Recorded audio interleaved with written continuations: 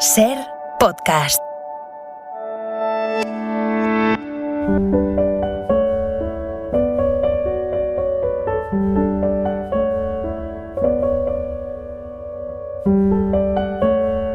Un libro, una hora.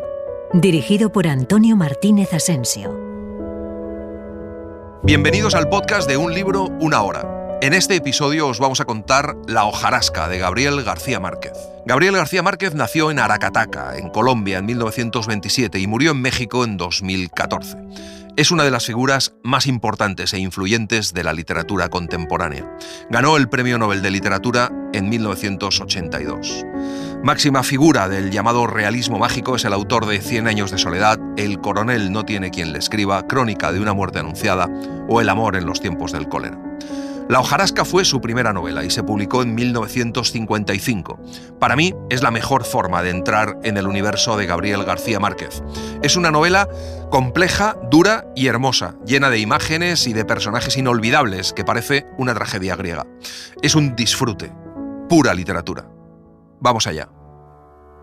De pronto, como si un remolino hubiera echado raíces en el centro del pueblo, llegó la compañía bananera perseguida por la hojarasca. Era una hojarasca revuelta, alborotada, formada por los desperdicios humanos y materiales de los otros pueblos, rastrojos de una guerra civil que cada vez parecía más remota e inverosímil. La hojarasca era implacable. Todo lo contaminaba de su revuelto olor multitudinario, olor de secreción a flor de piel y de recóndita muerte. En menos de un año arrojó sobre el pueblo los escombros de numerosas catástrofes anteriores. Esparció por las calles su confusa carga de desperdicios.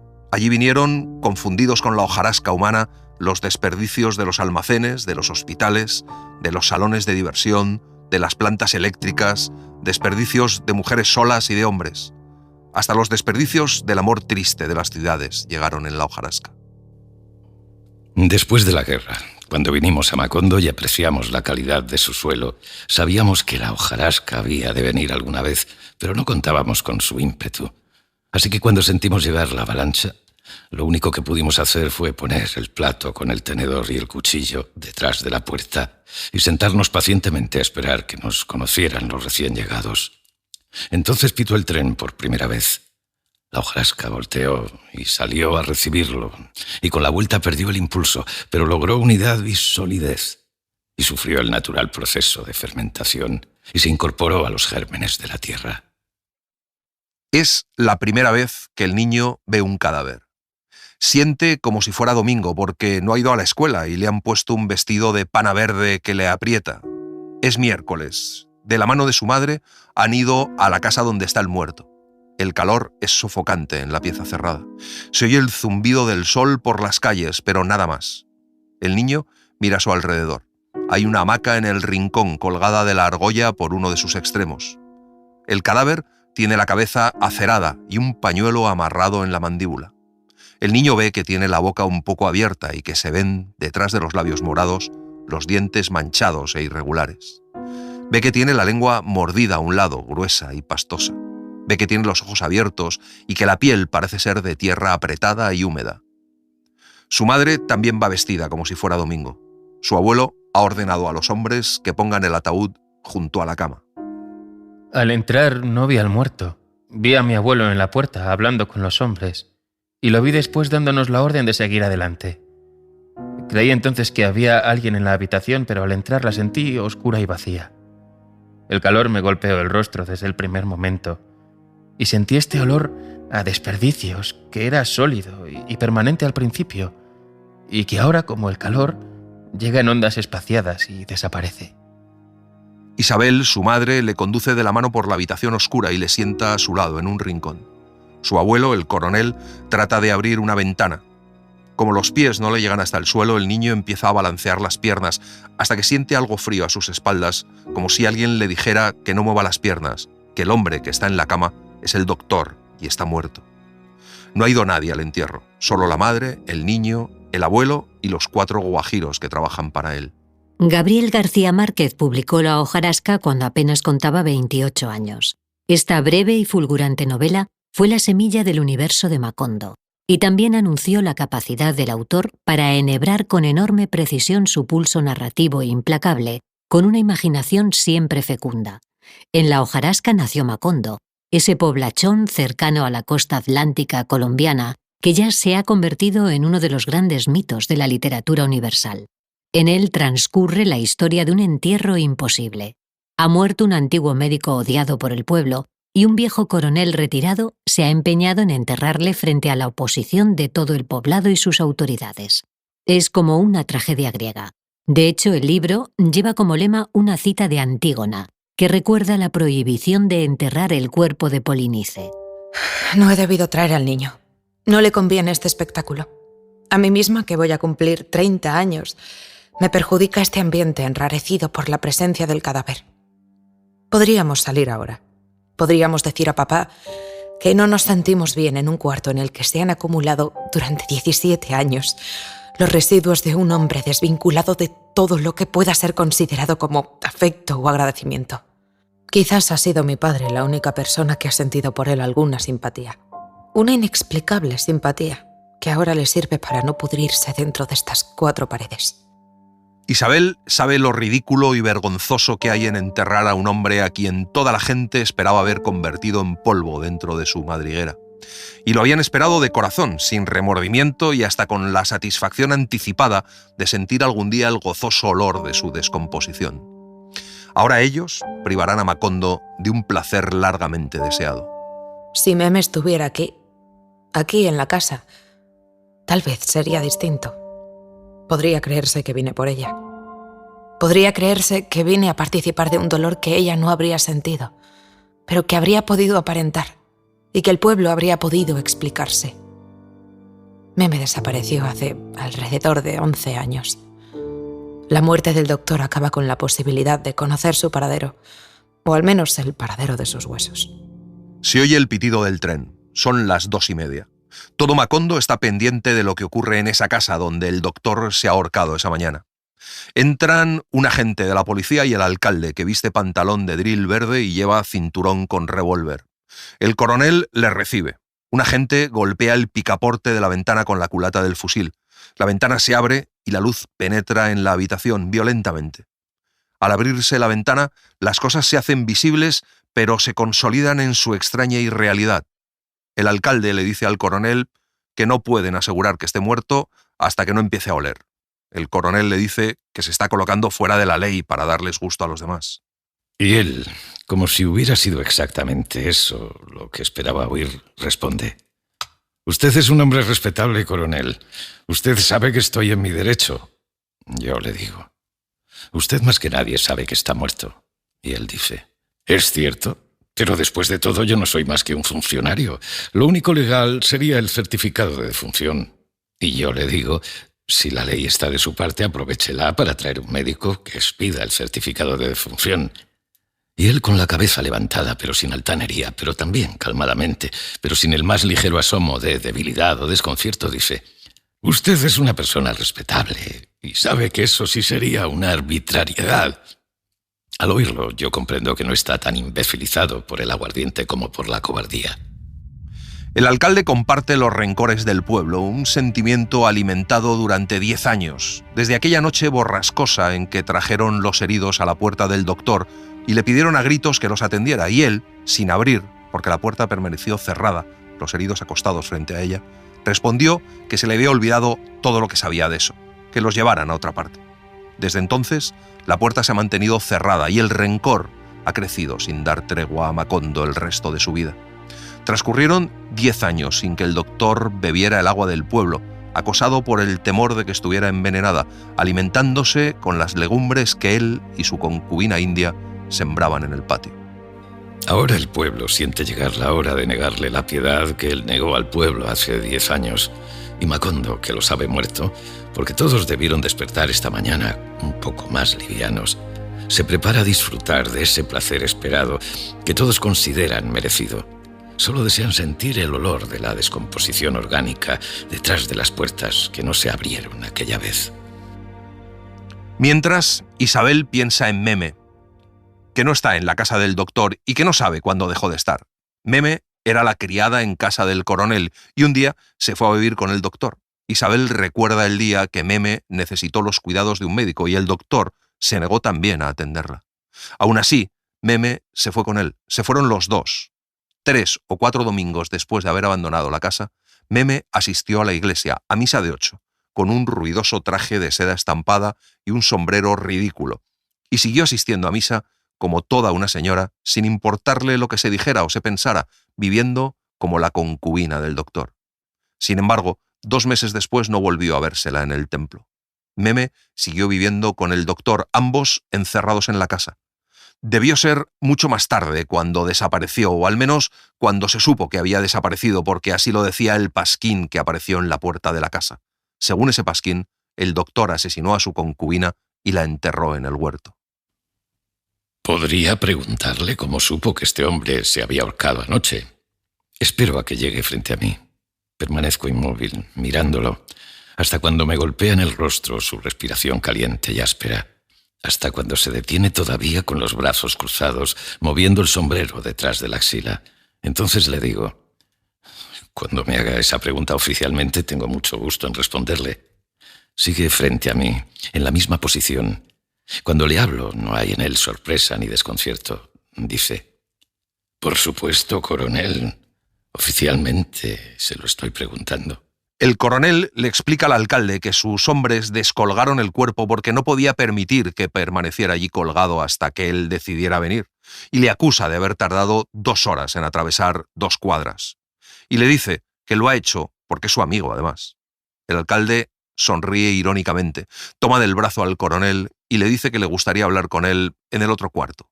Ahora su voz es tensa y turbada. Este cuarto, al contrario del otro, es amplio y fresco. Lo desborda la claridad del patio. Aquí veo sus ojos turbados, su sonrisa que no corresponde a la expresión de su mirada. Oigo su voz que dice: coronel, esto podríamos arreglarlo de otro modo. Y yo, sin darle tiempo a terminar, le digo: ¿cuánto? Y entonces se convierte en un hombre perfectamente distinto. El doctor llegó a casa del coronel el mismo día que el cachorro llegó a Macondo para hacerse cargo de la parroquia. El doctor llegó por el camino real cuando nadie lo esperaba ni se tenía la menor idea acerca de su nombre o de su oficio. El cachorro, en cambio, por el atajo, cuando en el camino real lo aguardaba todo el pueblo. Se acababan de sentar a la mesa cuando Meme se acercó a decir al coronel que en la oficina lo solicitaba un forastero que decía que necesitaba verlo con urgencia. Adelaida dejó de darle la sopa a Isabel, que entonces no tenía más de 5 años, y fue a atender al recién llegado. Un momento después, regresó visiblemente preocupada. Contó que el hombre estaba dando vueltas en la oficina, que le dijo buenas tardes y él no contestó porque estaba mirando en la repisa la bailarinita de cuerda, que se puso a darle cuerda y se quedó mirando cómo bailaba, como si conociera su funcionamiento, como si no estuviera interesado en el baile, sino en el mecanismo. Después, cuando la bailarinita dio el saltito que da siempre cuando se le acaba la cuerda, todavía él se quedó mirándola con curiosidad, inclinado sobre el escritorio, pero sin sentarse. Entonces me miró y yo me di cuenta de que sabía que yo estaba en la oficina, pero que no se había ocupado de mí porque quería saber cuánto tiempo estaría bailando la bailarinita. Adelaida no le volvió a decir buenas tardes, sino que le sonrió cuando la miró porque vio que tenía unos ojos enormes que miraban de una vez todo el cuerpo. Él hizo una inclinación de cabeza muy formal y dijo que era al coronel al que necesitaba. Adelaida dijo que tenía la voz honda, como si pudiera hablar con la boca cerrada, como si fuera ventrílocuo. El coronel siguió almorzando porque no sabía que esa tarde estaban comenzando las cosas que hoy concluyen. Fue que cuando llegué estaba dando vueltas en la oficina, así que no podía verle la cara. Pero después, cuando se quedó parado en el fondo, tenía la cabeza tan levantada y los ojos tan fijos que me parece que es un militar, y le dije: «Usted quiere ver al coronel en privado, ¿no es eso?». Y él afirmó con la cabeza. Entonces vine a decirle que se parece a alguien, o mejor dicho, que es la misma persona a quien se parece, aunque no me explicó cómo ha venido. Estoy segura de que no es un recado. Estoy segura de que no es que se parece, sino que es el mismo a quien se parece. Adelaida hablaba en un tono igual, monótono, persistente. Hacía calor y quizá por eso el coronel empezó a sentirse irritado. Entonces Adelaida dijo que al final se había acordado de a quién se parecía. Le contó que cuando se dio la vuelta para salir sintió que le estaba mirando directamente a las piernas. Guardó silencio de pronto. En el comedor quedó vibrando el tintineo metálico de la cuchara. El coronel terminó de almorzar y prensó la servilleta debajo del plato. En ese momento se oyó en la oficina la musiquita festiva del juguete de cuerda. El doctor traía una carta de recomendación del coronel Aureliano Buendía y se quedó a vivir en la casa. Ocupó uno de los cuartos del corredor, el que da a la calle. Puso un aviso en la puerta y a la semana siguiente fue necesario llevar nuevas sillas para atender a la numerosa clientela. Cuando Meme vino a decirnos que la mesa estaba servida, yo pensé que mi esposa había improvisado algunas cosas para atender al recién llegado. Pero estaba muy distante de la improvisación aquella mesa espléndida, servida en mantel nuevo, en la loza china destinada exclusivamente a las cenas familiares de la Navidad y el Año Nuevo. Adelaida estaba solemnemente estirada en un extremo de la mesa, vestida con el traje de terciopelo, cerrado hasta el cuello, el que usó antes de nuestro matrimonio para atender a los compromisos de su familia en la ciudad. El doctor, que siempre fue descuidado en el vestir y en los modales, debió sentirse avergonzado y fuera de ambiente porque revisó el botón del cuello y una ligera turbación se advirtió en su andar despreocupado y fuerte. A pesar de que Adelaida sabía que era solo un visitante, puso los 8 servicios y la botella de vino en el centro para el hombre que ella, desde el primer momento, confundió con un distinguido funcionario militar.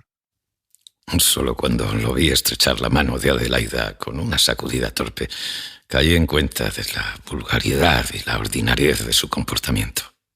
Adelaida sirvió el vino mientras Meme se disponía a servir los platos cuando él se echó hacia atrás en el asiento, apoyó las manos en el mantel y dijo a Meme, sonriendo, que para él pusiera a hervir un poco de hierba y se la trajera como si fuera sopa. Meme no se movió. Trató de reír, pero no acabó de hacerlo, sino que se volvió hacia Adelaida. Entonces, ella, sonriendo también, pero visiblemente desconcertada, le preguntó qué clase de hierba. Y él, con su parsimoniosa voz de rumiante, dijo que hierba común, de esa que comen los burros.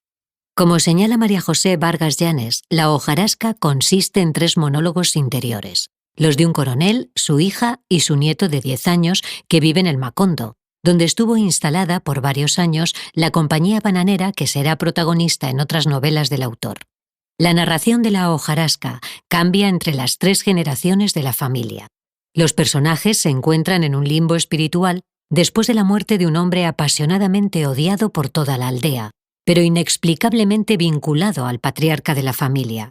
No existe un narrador omnisciente, sino que se enhebran las perspectivas de cada uno a través de su testimonio y de sus recuerdos. Al principio dormía hasta las 7. Se le veía aparecer en la cocina, con la camisa sin cuello abotonada hasta arriba, enrolladas hasta los codos las mangas arrugadas y sucias, los escuálidos pantalones a la altura del pecho y el cinturón amarrado por fuera, mucho más abajo de la pretina. Se tenía la impresión de que los pantalones iban a resbalar, a caer, por falta de un cuerpo sólido en que sostenerse. Tomaba su café negro a las 7 pasadas y regresaba después al cuarto, repartiendo al regreso sus inexpresivos buenos días. Estaba acreditado en Macondo como un profesional serio, a pesar de que su carácter brusco y sus maneras desordenadas crearon en torno a él una atmósfera más parecida al temor que al respeto. Fue el único médico en el pueblo hasta que llegó la compañía bananera y se hicieron los trabajos del ferrocarril. Entonces empezaron a sobrar sillas en el cuartito. Él debió ver los nuevos rumbos trazados por la hojarasca, pero no dijo nada. Siguió abriendo la puerta de la calle, sentándose en su asiento de cuero durante todo el día, hasta cuando pasaron muchos sin que volviera un enfermo. Entonces echó el cerrojo a la puerta, compró una hamaca y se encerró en el cuarto. Se pasaba las horas en la hamaca, meciéndose. Durante los primeros años de su permanencia en nuestra casa, Adelaida se mostró en apariencia indiferente o en apariencia conforme o realmente de acuerdo con mi voluntad de que permaneciera en la casa. Pero cuando cerró el consultorio y solo abandonaba el cuarto a las horas de las comidas, a sentarse a la mesa con la misma apatía silenciosa y dolorida de siempre, mi esposa rompió los diques de su tolerancia.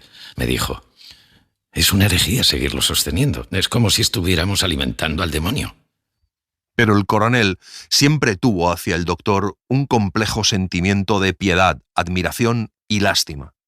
Una mañana se presentó en el comedor a la hora del desayuno y habló con espontaneidad y hasta con entusiasmo de las magníficas perspectivas del pueblo. Todo esto pasará cuando nos acostumbremos a la hojarasca. Meses más tarde se le vio salir a la calle con frecuencia antes del atardecer. Permanecía sentado en la peluquería hasta las últimas horas del día e intervenía en las tertulias que se formaban a la puerta, hasta que la alcaldía exigió a todos los médicos de Macondo el registro de sus títulos.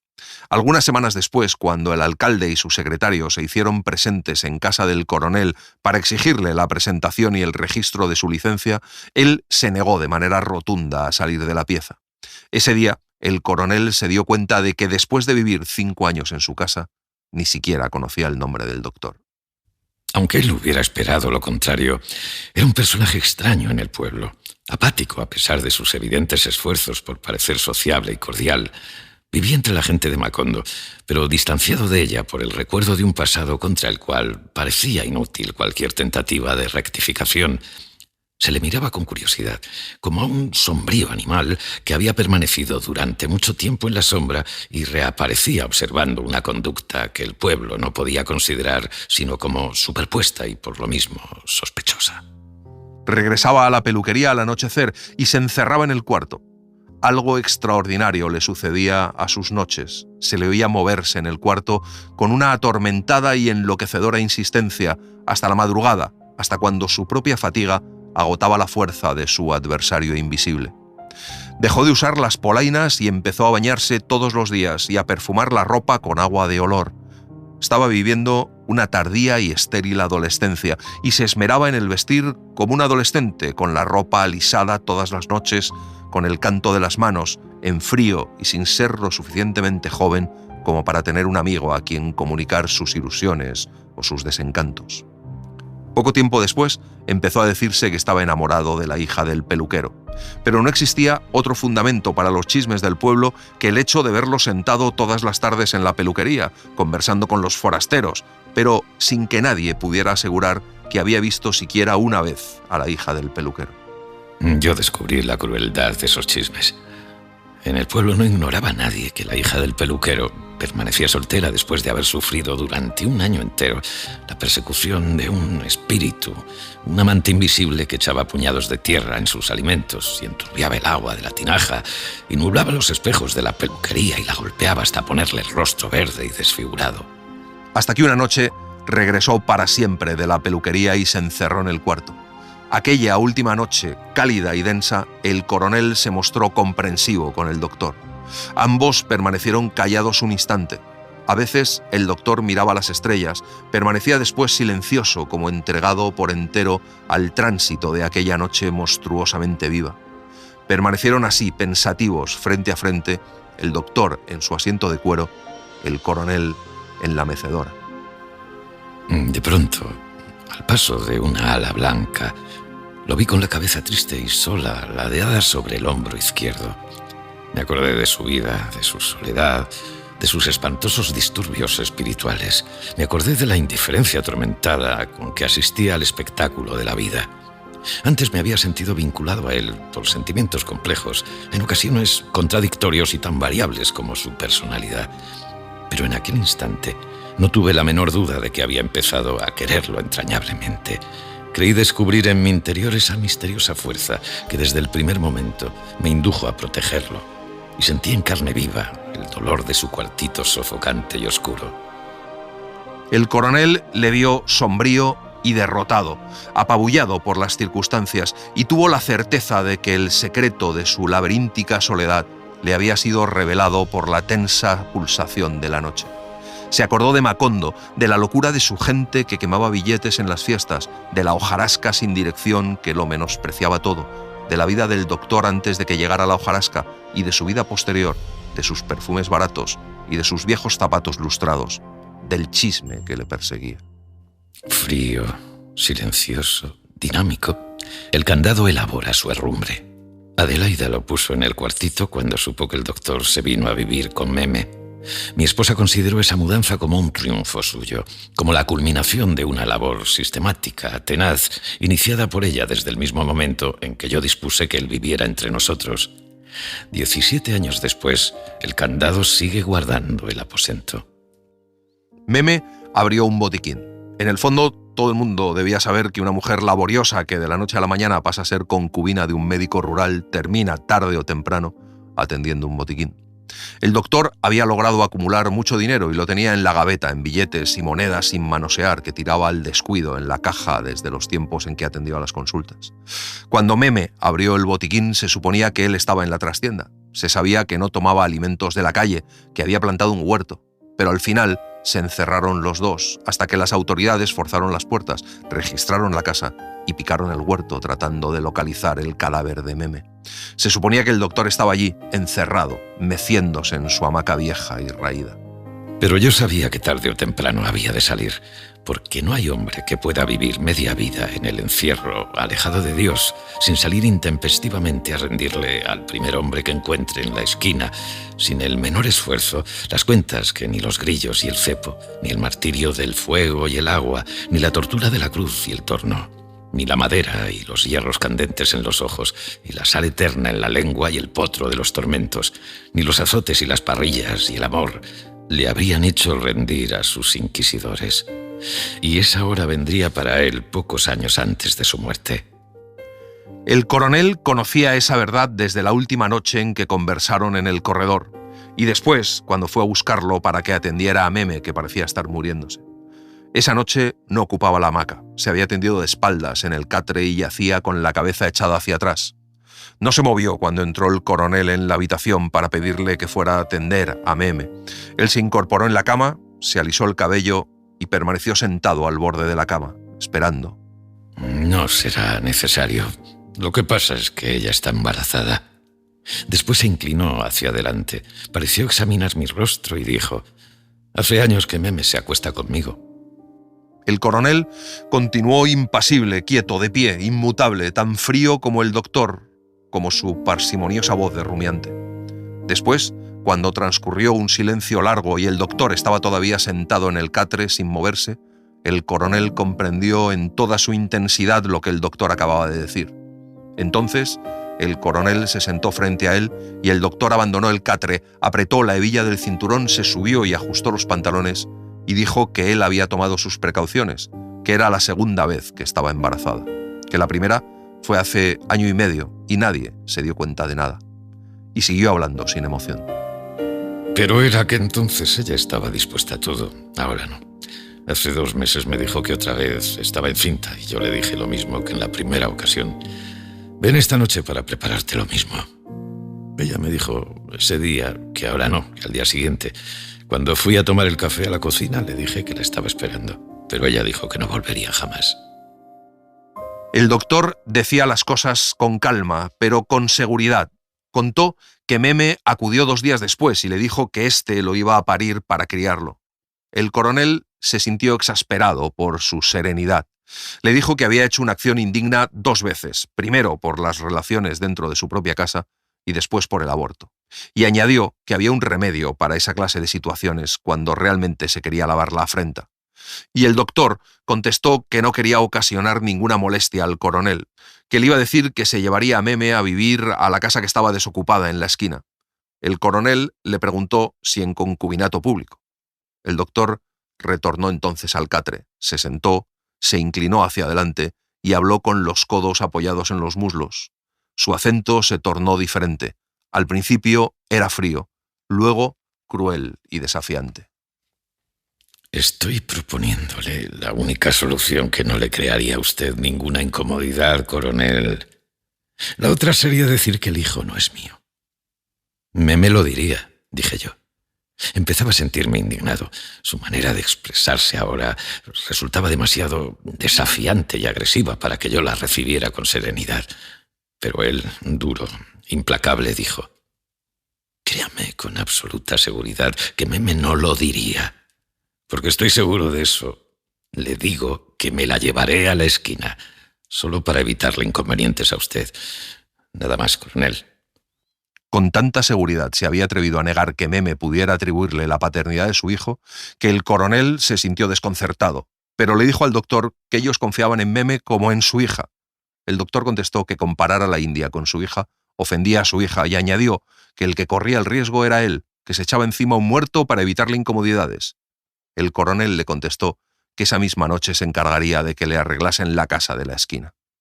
Pero de todos modos quiero dejar constancia de que lo hecho de mi casa, doctor, usted no sale por su propia voluntad.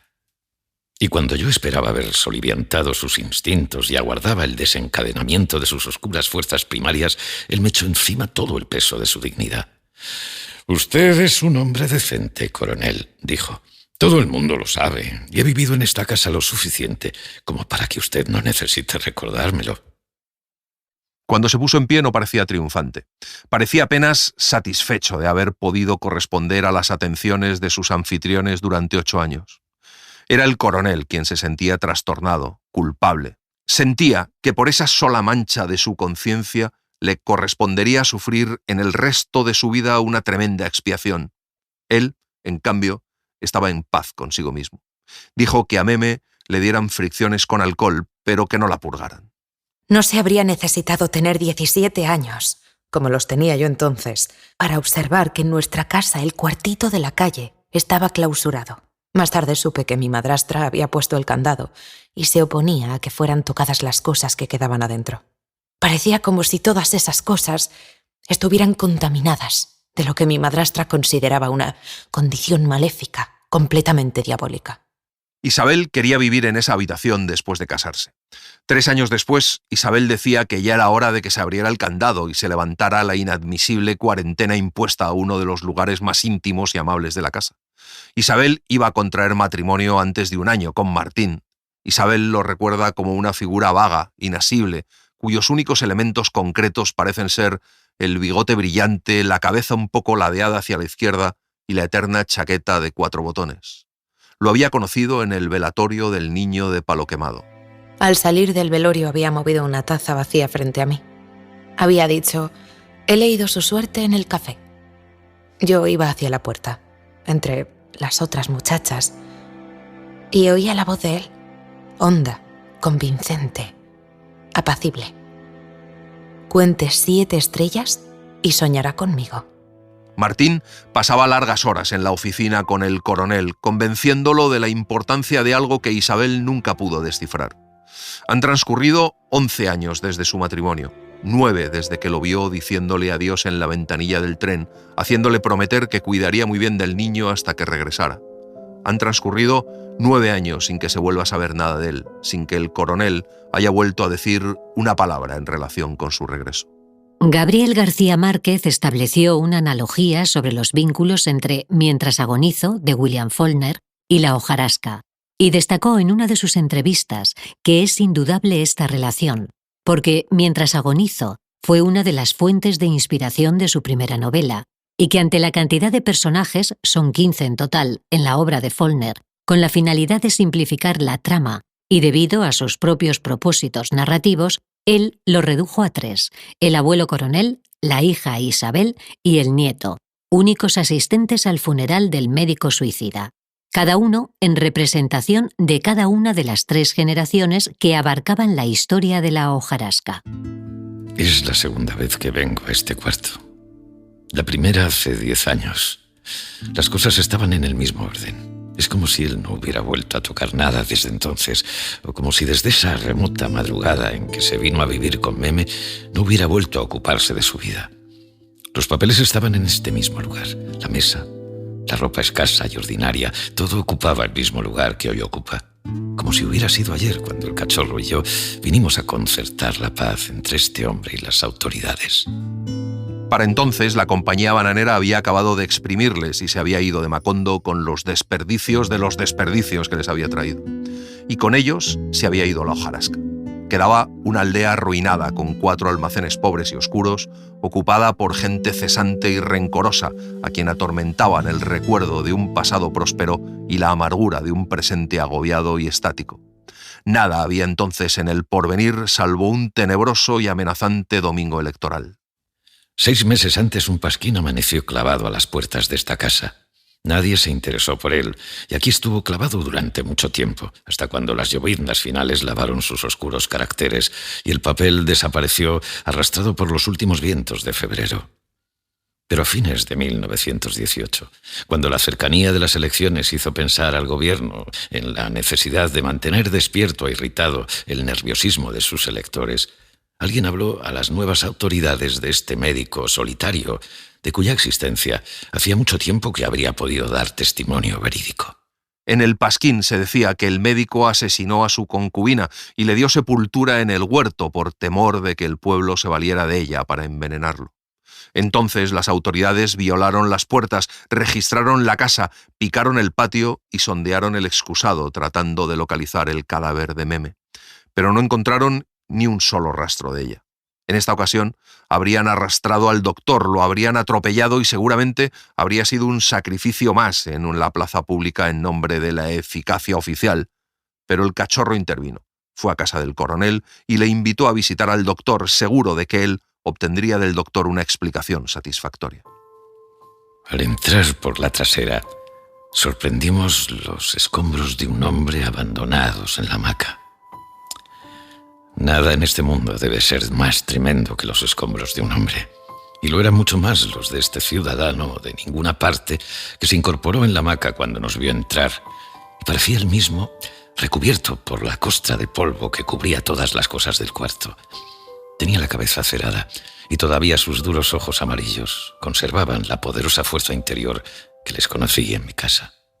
Se había cortado el bigote, pero no se rasuraba a ras de piel. Se deshacía de la barba con tijeras, así que su mentón no parecía sembrado de tallos duros y vigorosos, sino de pelusillas suaves y blancas. El coronel pensó que no parecía un hombre, sino un cadáver al que todavía no se le habían muerto los ojos. Cuando habló, su voz fue la misma parsimoniosa voz de rumiante. Dijo que no tenía nada que decir. Dijo que la policía había violado las puertas y había picado el patio sin su consentimiento. Pero aquello no era una protesta, era apenas una quejumbrosa y melancólica confidencia. En cuanto a lo de Meme, dio una explicación que habría podido parecer pueril, pero que fue dicha por él con el mismo acento con que habría dicho su verdad. Dijo que Meme se había ido. Eso era todo. Cuando cerró la tienda empezó a fastidiarse en la casa. No hablaba con nadie. No tenía comunicación alguna con el mundo exterior. Dijo que un día la vio arreglando la maleta y no le dijo nada.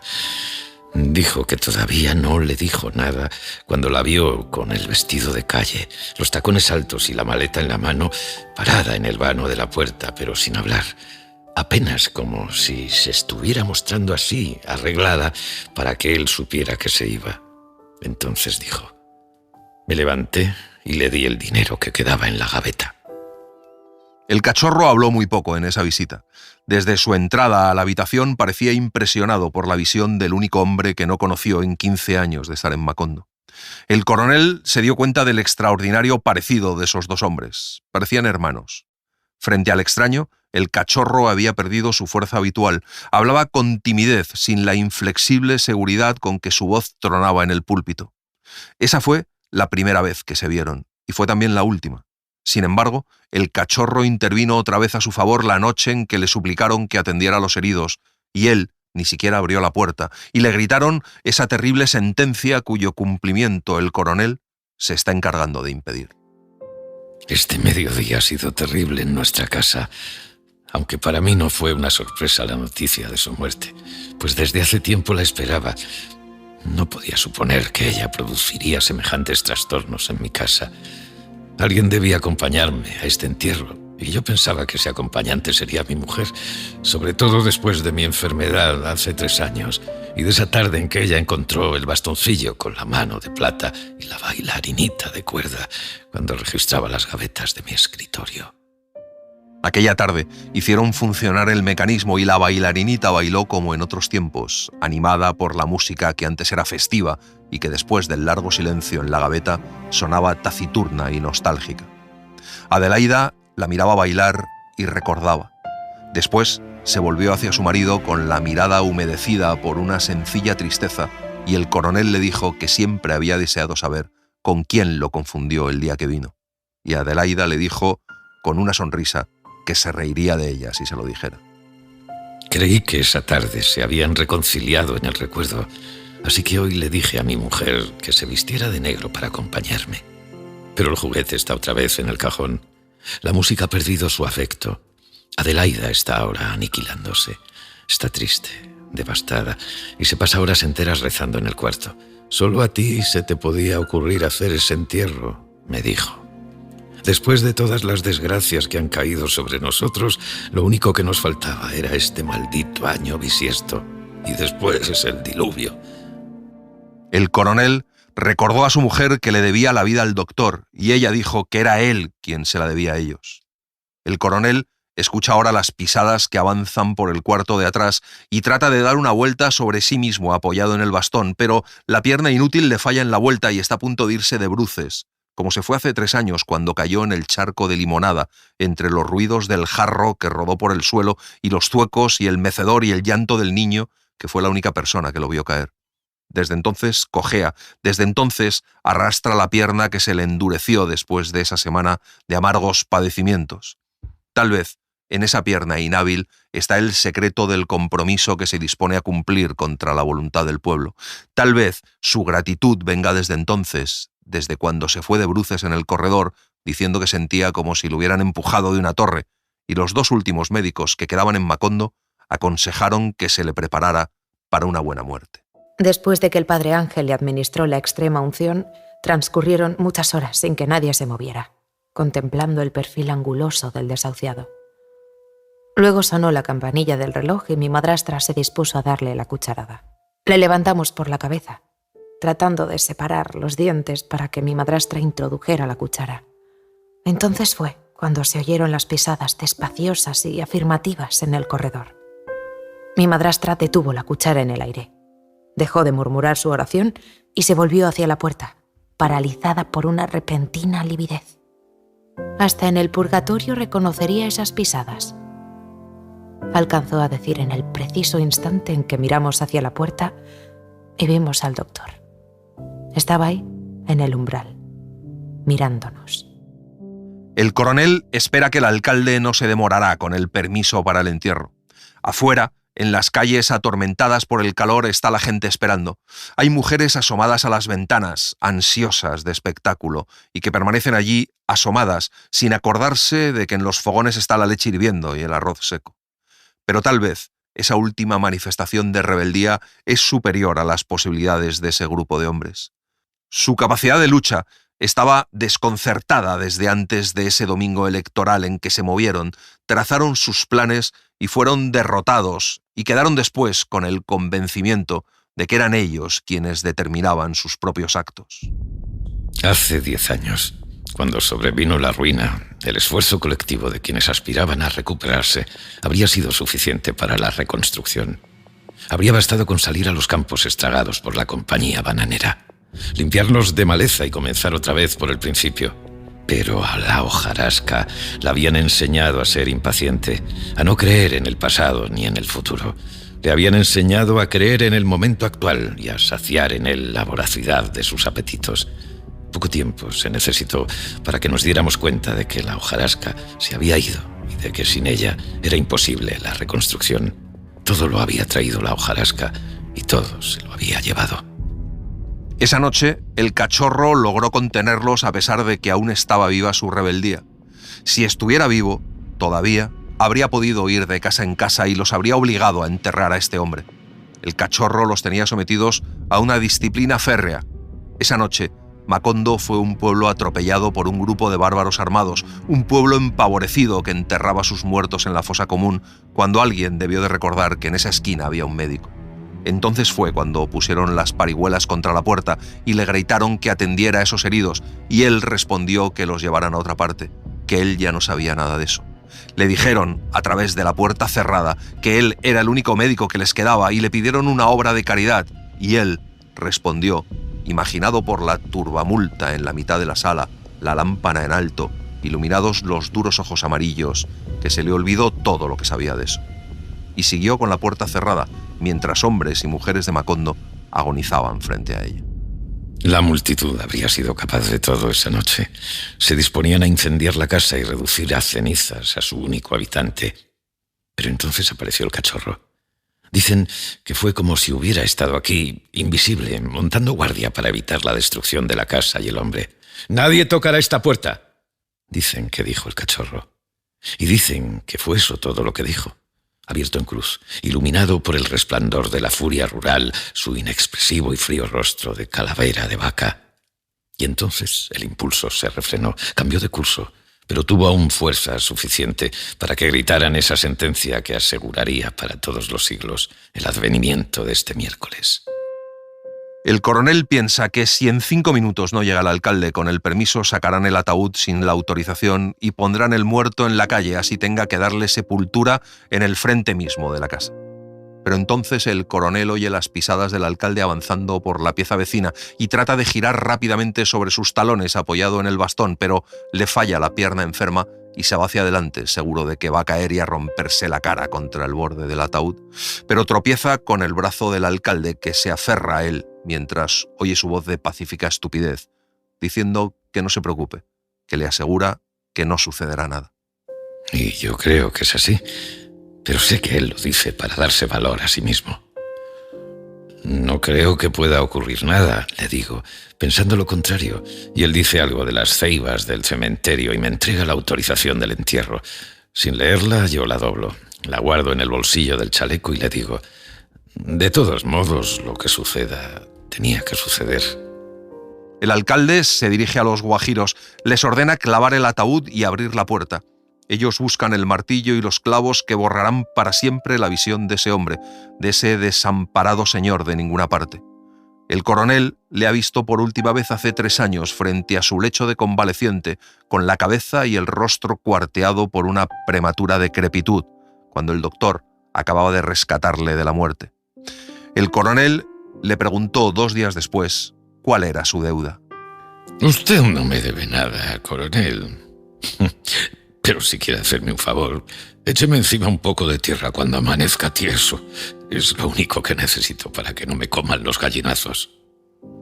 Ese día ha sido el de hoy, aunque entonces el coronel le contestó que era una petición innecesaria, que él lo habría enterrado por encima de la cabeza de todo el mundo, aunque no le debiera la vida. Ahora nadie podrá remediar esta vergüenza. El alcalde le ha entregado al coronel la orden del entierro. Isabel se pone en pie, toma al niño de la mano y mueve la silla hacia la ventana para no estar a la vista del pueblo cuando abran la puerta. El niño está perplejo. Mira a la cara de su madre con una expresión indescriptible, un poco aturdida, viendo a los guajiros que sudan a causa del esfuerzo que hacen por descorrer las argollas. Y con un penetrante y sostenido lamento de metal oxidado, la puerta se abre de par en par. Entonces veo otra vez la calle. El polvo luminoso, blanco y abrasador, que cubre las casas y que le ha dado al pueblo un lamentable aspecto de mueble arruinado. Es como si Dios hubiera declarado innecesario a Macondo y lo hubiera echado al rincón donde están los pueblos que han dejado de prestar servicio a la creación. El niño, que en el primer instante debió deslumbrarse con la claridad repentina, levanta de pronto la cabeza, concentrado, atento, y pregunta a su madre si lo oye. Solo entonces Isabel cae en la cuenta de que en uno de los patios vecinos está dando la hora un alcaraván. En ese preciso instante suena el primer golpe del martillo en el clavo. Tratando de no escuchar ese sonido lacerante que me eriza la piel, procurando que el niño no descubra mi ofuscación, vuelvo el rostro hacia la ventana y veo en la otra cuadra los melancólicos y polvorientos almendros con nuestra casa al fondo, sacudida por el soplo invisible de la destrucción. También ella está en víspera de un silencioso y definitivo derrumbamiento. Todo Macondo está así desde cuando lo exprimió la compañía bananera. La hiedra invade las casas. El monte crece en los callejones. Se resquebrajan los muros. Todo parece destruido desde que no han vuelto a cultivar el romero y el nardo, desde que una mano invisible cuarteó la loza de Navidad en el armario y puso a engordar polillas en la ropa que nadie volvió a usar. Donde se aloja una puerta, no hay una mano solícita dispuesta a repararla. Solo el pitido de un tren amarillo y polvoriento que no se lleva a nadie interrumpe el silencio 4 veces al día. Y de noche, el tum-tum de la planta eléctrica que dejó la compañía bananera cuando se fue de Macondo. Veo la casa por la ventana y pienso que mi madrastra está allí, inmóvil en su silla, pensando quizás que antes de que nosotros regresemos habrá pasado ese viento final que borrará este pueblo. Todos se habrán ido entonces, menos nosotros, porque estamos atados a este suelo por un cuarto lleno de baúles en los que se conservan aún los utensilios domésticos y la ropa de los abuelos, de mis abuelos, y los toldos que usaron los caballos de mis padres cuando vinieron a Macondo huyendo de la guerra. Tratan de rodar la tranca que parece soldada a las oxidadas argollas, pero no pueden moverla. Es como si alguien estuviera recostado con fuerza del lado de la calle. Pero cuando uno de los hombres se apoya contra la puerta y golpea, se levanta en la habitación un ruido de madera, de goznes oxidados, de cerraduras soldadas por el tiempo, chapa sobre chapa, y la puerta se abre, enorme, como para que pasen dos hombres, el uno sobre el otro. Hay un crujido largo de la madera y los hierros despertados. Y antes de que tengamos tiempo de saber qué sucede, irrumpe la luz en la habitación, de espaldas, poderosa y perfecta, porque le han quitado el soporte que la sostuvo durante 200 años. Y con la fuerza de 200 bueyes, y cae de espaldas en la habitación, arrastrando la sombra de las cosas en su turbulenta caída. Los hombres se hacen brutalmente visibles, como un relámpago al mediodía, y tambalean, y me parece como si hubieran tenido que sostenerse para que no los tumbara la claridad. Cuando se abre la puerta empieza a cantar un alcaraván en alguna parte del pueblo. Ahora el niño ve la calle, ve el polvo brillante y ardiente, ve varios hombres recostados contra la acera opuesta con los brazos cruzados mirando hacia el cuarto. Oye otra vez el alcaraván. Digo a mamá, ¿lo oyes? Y ella dice que sí, que deben ser las 3. Pero Ada me ha dicho que los alcaravanes cantan cuando sienten el olor a muerto. Voy a decírselo a mi madre en el preciso instante en que oigo el ruido intenso del martillo en la cabeza del primer clavo. El martillo golpea y lo llena todo. Reposa un segundo y golpea de nuevo, hiriendo la madera por 6 veces consecutivas, despertando el prolongado y triste clamor de las tablas dormidas, mientras mi madre, con la cara vuelta hacia el otro lado, mira la calle por la ventana. Cuando acaban de clavar, se oye el canto de varios alcaravanes. El coronel hace una señal a sus hombres. Estos se inclinan, ladean el ataúd mientras que el alcalde le dice que no se preocupe. Y entonces el coronel se vuelve hacia el rincón, agitado y con el cuello hinchado y cárdeno, como el de un gallo de pelea. Pero no dice nada. Es el alcalde quien vuelve a hablar desde el rincón. Dice que hasta cree que en el pueblo no queda nadie que se acuerde de eso. Los hombres hacen un último esfuerzo. Se estiran con los talones clavados en el suelo y el ataúd queda flotando en la claridad, como si llevaran a sepultar un navío muerto. Yo pienso, ahora sentirán el olor. Ahora todos los alcaravanes se pondrán a cantar.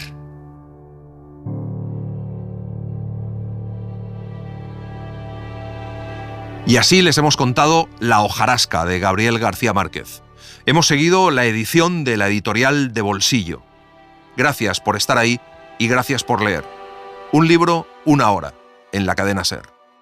Un programa escrito y dirigido por Antonio Martínez Asensio, con las voces de Eugenio Barona, Laura Martínez, Marisol Navajo e Íñigo Álvarez de Lara, y la participación de Olga Hernán Gómez.